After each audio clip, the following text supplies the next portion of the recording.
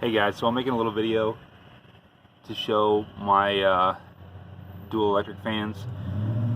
Pedro had asked for some pictures or video responses, and I just want to show you guys what I've done. And I made a separate video and a separate post because I wanted to talk about a few other things that I've done. So you can see a lot of cobwebs in here. I don't drive this car much. I don't get much enjoyment out of it. I've done a lot for it and it hasn't done much for me. But anyway, I didn't have to modify my fan shroud. You can see the electric fan in there, and you follow the wires up.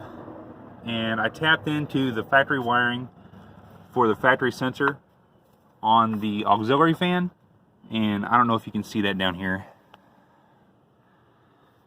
But this was intended to be temporary, but as these things go, I haven't driven this car much, so I haven't given it much thought. But a couple other things I want to talk about. I see a lot of people rebuilding these fuel lines and adding clamps and crimps, and you'll see right here, this is the factory tag, but this does not require clamp or crimp. These are the factory sleeves, and this is a one-way barb. They're all this way. None of these need any kind of a clamp on this square fuel rail style. You can burn off the old ones. You just have to be careful not to nick the barbs, otherwise the hose will not seal. Let's see what else. Okay, so also I've added these coolant filters.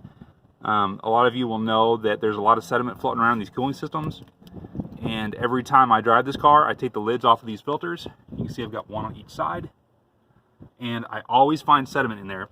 And I've flushed this cooling system out, and I've had this radiator boiled out, and there's still garbage in it. That's just a way of life with these cars. Let's see, it seems like there was one more thing. Oh yeah, my alternator conversion. So in the States, you know, we have a lot of General Motors products. I don't know how that is in other places, but I actually have installed what's known as a CS130 alternator. This is from a mid-90s Chevy pickup, and if you take the smog pump off, if your car is so equipped, you can even use the factory tensioner. So it's all the way to the edge because my belt is a little long,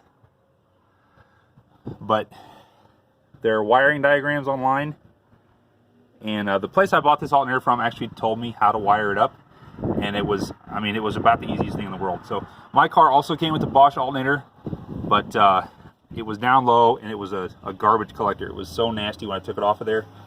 I just didn't see the point in trying to keep it alive. So this is a higher output alternator, although I can't remember the numbers off the top of my head, but I think it's a worthwhile conversion. So anyway, I hope this is helpful.